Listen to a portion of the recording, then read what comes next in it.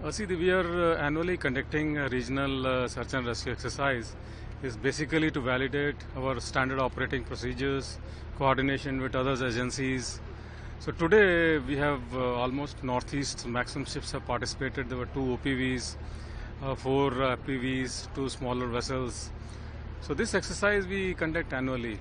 So basically that we are updated with what all is happening, standard operating procedures, validation of that, and in case there is any improvement required to be done, so we do that. We also involved Air Force aircraft today for dropping life raft. So you could have seen all those operations. So a demonstration played. What was the demonstration and what was the movement of that? A demonstration played today during sea exercise. So what was the demonstration over that?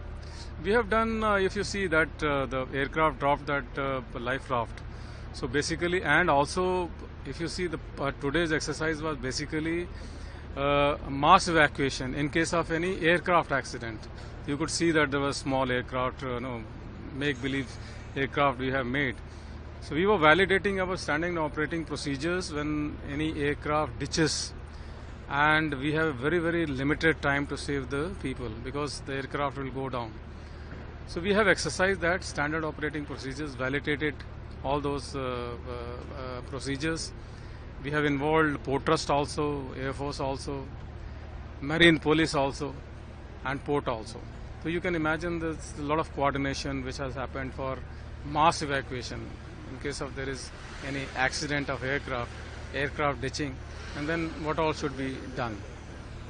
So now this is the time of artificial intelligence. So what kind of more modern technology are being used to tackle this situation? All this. See, technology is yes necessary because everything in, if you see that search and rescue operation, the inception and all that when it has happened after Titanic.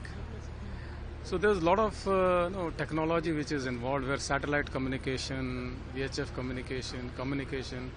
So what has happened? India has ratified International Convention on SOLAS, Safety of Life at Sea, 1974.